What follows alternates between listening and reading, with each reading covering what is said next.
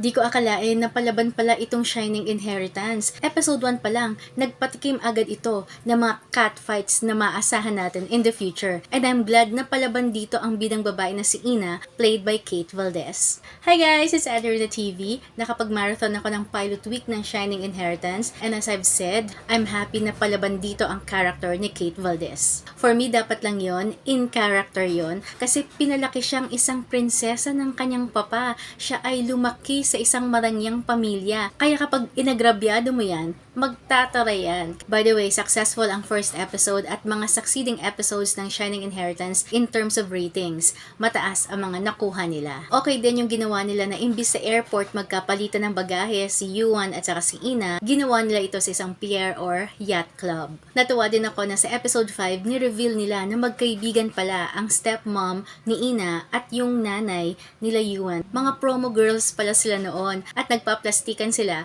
para hindi sila ma-associate sa isa't isa, para hindi malaman yung past nila. Dito rin sa Shining Inheritance, ni-reveal nila agad kung bakit namatay ang tatay nila Joanna at Yuan. At binigyan din nila ng background kung bakit swail na apo itong si Kailin Alcantara or Joanna. Mainam talaga na baguhin ng Shining Inheritance ang ibang aspect dun sa original drama na Brilliant Legacy na akma sa ating kultura. Kasi if I remember it right, may mga scenes na masyadong aggressive. Yung paghila-hila ng bidang lalaki sa bidang babae. There was this one scene sa original na masyado niyang hinila ng malakas sa damit yung bida tapos parang binalibag or itinapon niya sa pader para makapag-usap sila. My gosh, that won't fly in 2024. That won't fly in our culture. Kapag ginanon ka ng isang lalaki na hindi mo kilala, baka napablatter mo yun. At saka ang hirap i-justify na mai-inlove yung bidang babae sa isang abusive na lalaki. 'Di ba? Very problematic yon. So I hope nagawa ng paraan yun ng Shining Inheritance. Anyway, I think GMA did a good job casting Kate Valdez as the lead here in Shining Inheritance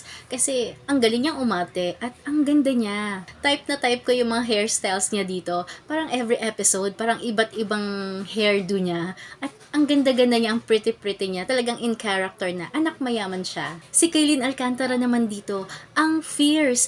Favorite ko pa rin yung una niyang paglabas na nasa swimming pool siya kasama si Michael Sager. Grabe, palaban talaga yung itsura niya. I love it. I love her makeup here. Pero patikim pa lang ang bagsik ni Kailin Alcantara dito. At aabangan pa natin yung mga gagawin niya pang iba.